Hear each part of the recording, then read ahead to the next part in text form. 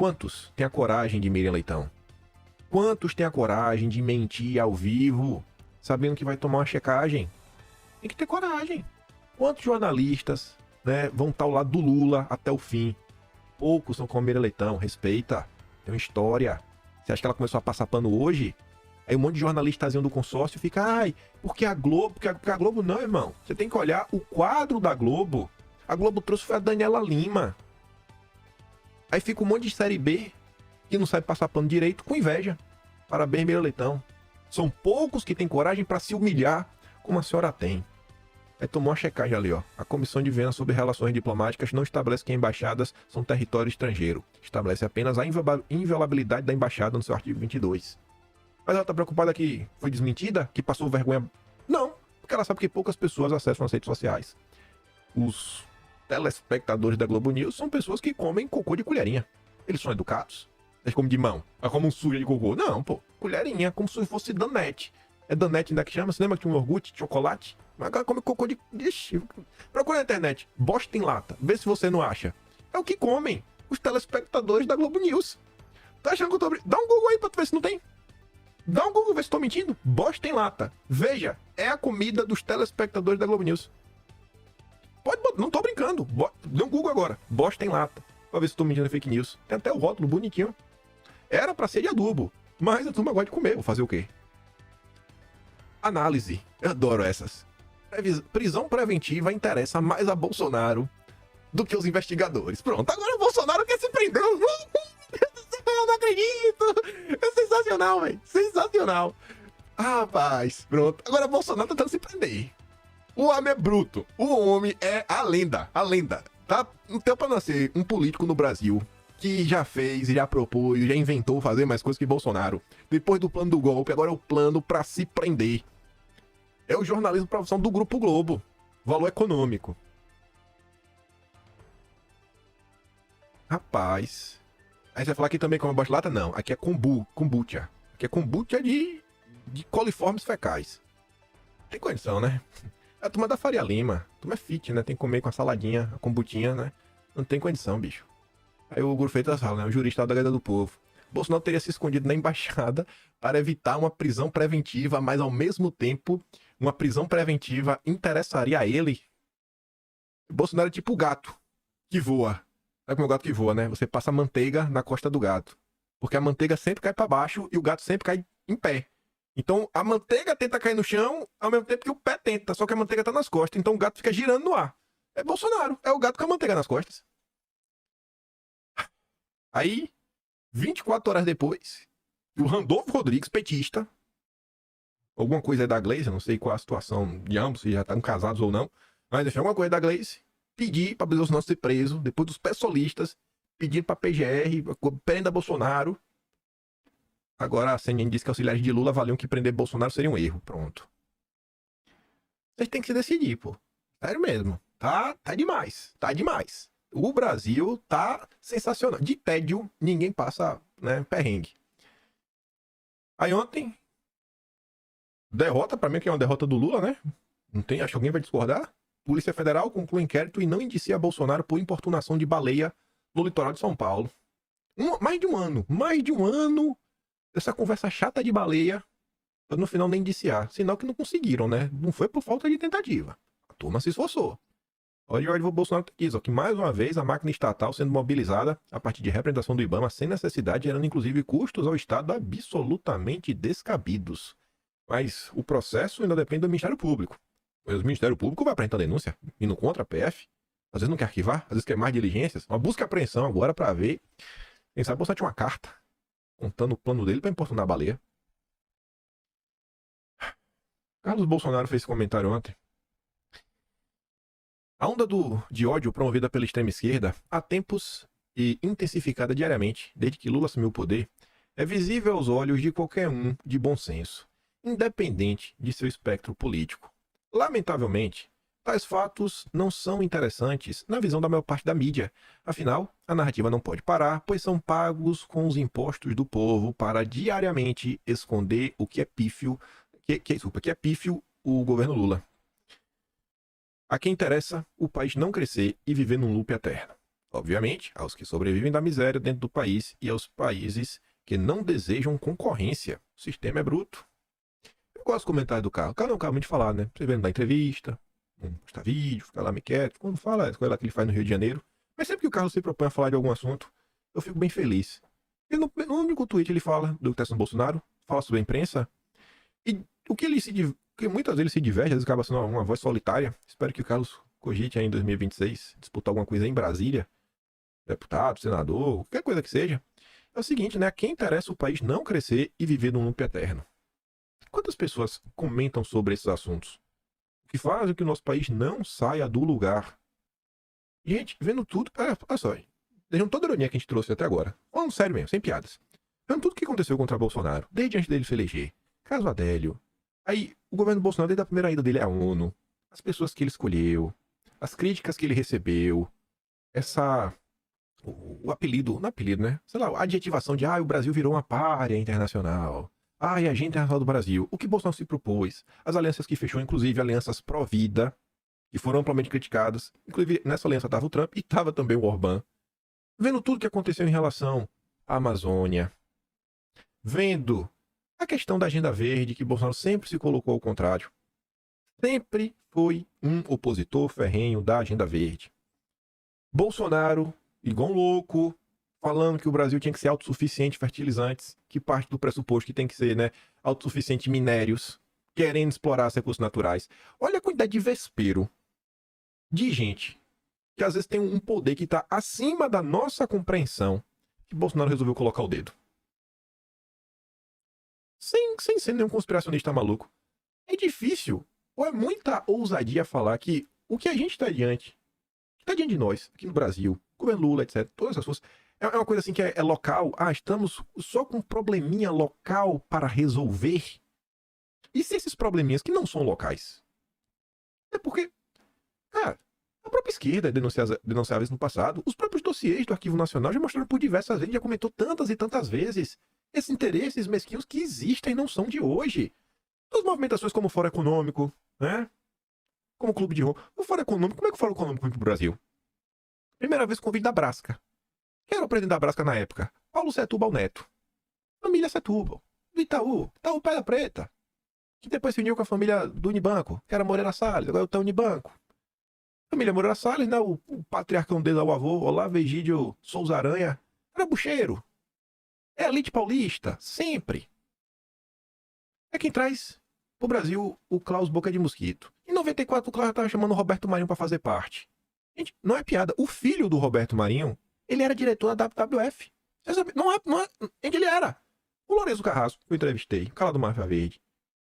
Eles sofreram pressão judicial ferrenha. Quase se deram muito mal. Da WWF. Quando eles começaram a anunciar as coisas em relação à Globo. Qual era a relação de Bolsonaro com a Globo? Por isso que eu falo que eu fico muito feliz quando eu vejo um tweet desse. Não sei com qual profundidade o Carlos entende o que ele tá falando. O cara tá falando, cara, ó, a galera que sobrevive da miséria dentro do país, que precisa que as coisas continuem do jeito que tá pra continuar bilionário.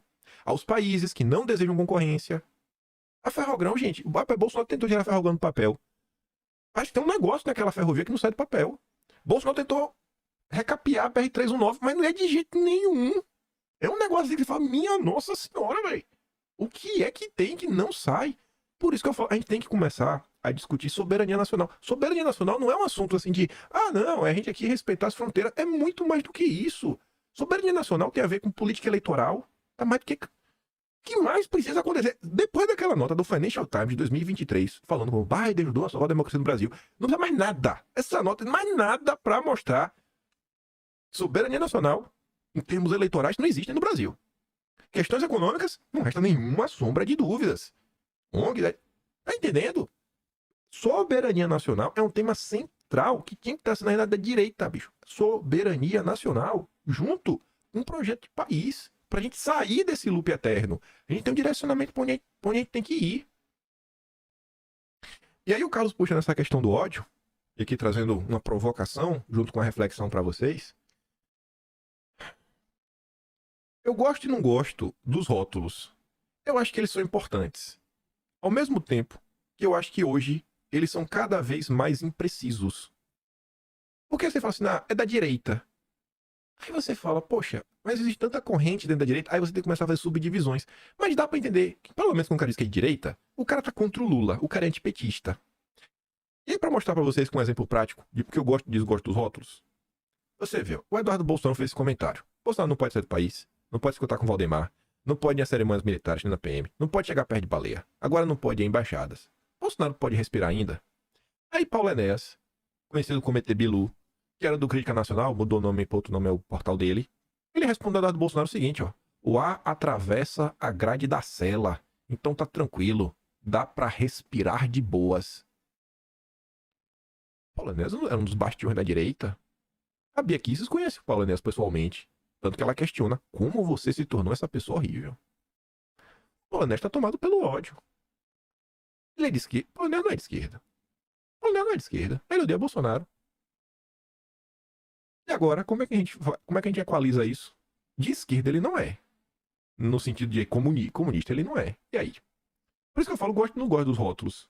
Não dá pra colocar Paulo Enéas na esquerda, mas um comentário desse você vê que é um cara que tá tomado pelo ódio. Tá tomado pelo ódio. Tomado pelo ódio. Esse comportamento, o ódio é energia forte. O pessoal acha que não, o ódio, o cara quando tá tomado pelo ódio, o cara faz muita loucura. Você vê, Danilo Gentili nunca mais conseguiu. Você viu o cara deu uma surtada. Danilo Gentili, Nando Moura, Weintraub. Os caras deixaram se consumir pelo ódio. Isso é grave. Faz mal pra alma. Aí, enquanto um cara da direita tá tomado pelo ódio, quer ver Bolsonaro preso, você olha pra direita esquerda, aí você vê Aldo Rebelo, manchete da Globo. Bolsonaro é vítima de perseguição. E governo Lula tem mais erros que acertos. Você fala, mas como assim? O cara da direita quer prender Bolsonaro. O cara da esquerda tá falando que Bolsonaro tá sendo perseguido. Tá tudo estranho. O rótulo é bom e é ruim ao mesmo tempo. Por isso que eu faço até eu tento trazer outras denominações, assim, pra complementar os rótulos. Ó, aqui, globalista, imperialismo, etc, coisa, etc, tudo mais. Ou eu tento descrever o que tá acontecendo. Tento trazer um pouco mais descritivo as relações políticas das coisas pra gente conseguir tentar explicar. Aí vai um ponto e falar, comunista, ele só está atrás do voto dos conservadores. Eu tô vendo o Aldo Rebelo criticar o Lula desde janeiro de 2023. Se não janeiro, desde fevereiro, com certeza. Eu tô vendo. Porque tá registrado no Atlas. Então, se ele tá criticando o Lula só pelos votos, se for só pelos votos, ele tá incorporando um personagem muito bem. Muito bem. Eu não tô falando que ele possa não estar atrás de votos de conservadores, direita, bolsonarista, mas só isso não explica. Eu acho muito improvável alguém que tá desde fevereiro de 2023 sempre fazendo apontamentos contra o governo Lula. E aí, a turma da Lula pergunta, o governo Lula tem mais acertos ou mais erros? Muito mais erros. Eu não reconheço no Lula a preocupação hoje com forças heterogêneas. Parece que é um permanente conflito com o principal adversário dele, que é Bolsonaro. Vejo também uma posição agressiva do governo dele em relação ao agro. E Lula faz menos reuniões políticas do que a Dilma, que já não gostava de fazer reuniões políticas. Ele tem pouca paciência para a política. Ninguém pode dizer nada a ele que ele já fique irritado. A dificuldade na política surge exatamente pelo distanciamento da agenda política. O que está por trás da queda na popularidade do Lula? O país vive uma espécie de mal-estar existencial espiritual. Apesar dos êxitos, dos triunfos passageiros, o país perdeu a confiança no futuro. Hoje você tem uma ideia de que o futuro do seu filho vai ser mais difícil do que o seu. Isso gera um mal-estar que recai sobre o governo e sobre o presidente, independentemente da sua responsabilidade. E quando ele não consegue propor um caminho que recupere a esperança, ele deixa de ser a solução para esse mal-estar. Lula perdeu a capacidade de gerar isso. E por quê? Porque o Brasil reduziu sua disputa, né, tudo com uma disputa imediata pelo poder. O importante é a próxima eleição. O país não está preocupado com a agenda do futuro, que gera esperança e otimismo. Lula perdeu essa vocação de ser o presidente que cuida do futuro. Ele privilegiou essa luta pelo poder. Eu acho que ele saiu muito magoado, né, cada Lava Jato. Acho que o Aldo Rebelo deve estar até me assistindo, porque eu venho batendo essa tecla. Gente, as pessoas vendo esse abismo que é o governo Lula, elas querem alguém que traga esperança, sonhos. Eu uso exatamente essas palavras. Esse bicho tá me assistindo, viu? Tá me espiando. Infiltrado. Como se houver a política externa do governo Lula? É uma política externa ornamental. Ela pode ser esteticamente até bonita, de se apreciar e de ver, mas ela não tem uma agenda à altura do desafio do Brasil. É muita injeção de linguiça e vassalagem. Há elementos para condenar Bolsonaro, por tentativa de golpe de Estado? Faça uma apreciação política. O manual do golpe de Estado não reproduz em nenhum caso um golpe que foi preparado por minuta, apresentado em reunião ministerial e gravado. Os golpes de Estado sempre são conspirações com protagonistas diferentes desse golpe, ou tentativa, que está sendo atribuída ao Bolsonaro. O golpe de Estado, se examinar o caso brasileiro, exigiu apoio político e institucional, governadores, partidos, igreja, apoio diplomático, financeiro, cultural. O que você tinha nesse simulacro fracassado de golpe? Por favor, o que é que tinha? As palavras? E o pensamento comportam qualquer flexibilidade, mas os fatos não. E você deve julgar a política, não só a política, pelas consequências e pelos resultados que ela gera. O que é que terminou? O presidente foi para os Estados Unidos e para lá ficou. Ficou quieto. Que golpe! O senhor enxerga perseguição a Bolsonaro? Não tenho dúvida nenhuma. São os mesmos protagonistas. Trabalham para excluir Lula da política, agora trabalham para excluir Bolsonaro. Como está a relação com Bolsonaro? Como sempre esteve. Como diz o mineiro, boa. Nunca tive problema com Bolsonaro. Não temos tido encontros pessoais, trocamos mensagem pelo WhatsApp e às vezes um telefonema. E como você ouviu o PT apoiando Boulos? Completamente incoerente. Desci a rampa com Dilma, fiz tudo para impedir que ela fosse injustiçada e deposta por uma fake news econômica que foi pedalada. Eu nunca chamei o PT de corrupto, o Boulos chamou. Aí escolhe uma vice, que é minha amiga, a Marta, que votou pelo impeachment da Dilma, ficou 4 anos aqui na prefeitura, foi do PMDB. Aí, agora é petista. E o que é que o senhor pensa sobre a Tabata Amaral? Eu aprecio a trajetória da Tabata, o esforço dela, origem humilde, desceu uma trajetória superando muitos obstáculos, mas não aprecio a agenda que ela abraçou. Que agenda? A agenda woke, identitária. Tô descoladinho, né? A agenda woke, até sabe que é agenda woke. E aí, é o lado de esquerda. Mas não é uma esquerda identitária o woke, né? Aí confunde as coisas. O Lula é woke identitário, a Tabata também. Os rótulos são interessantes. Eu acho que ele ajuda a você posicionar e entender um pouco do que está sendo descrito. Mas se a gente ficar, às vezes, a registrar um único rótulo, sem trazer alguns outros a mais, a gente vai ficar batendo cabeça. Eu não vou comentar sobre isso daqui do Monark hoje. Compartilhe esse vídeo. Volta amanhã, que eu tenho certeza que vai ter muita confusão. Eu deixo aqui grande beijo, abraço, tamo juntos. Valeu, meus amigos. Fui!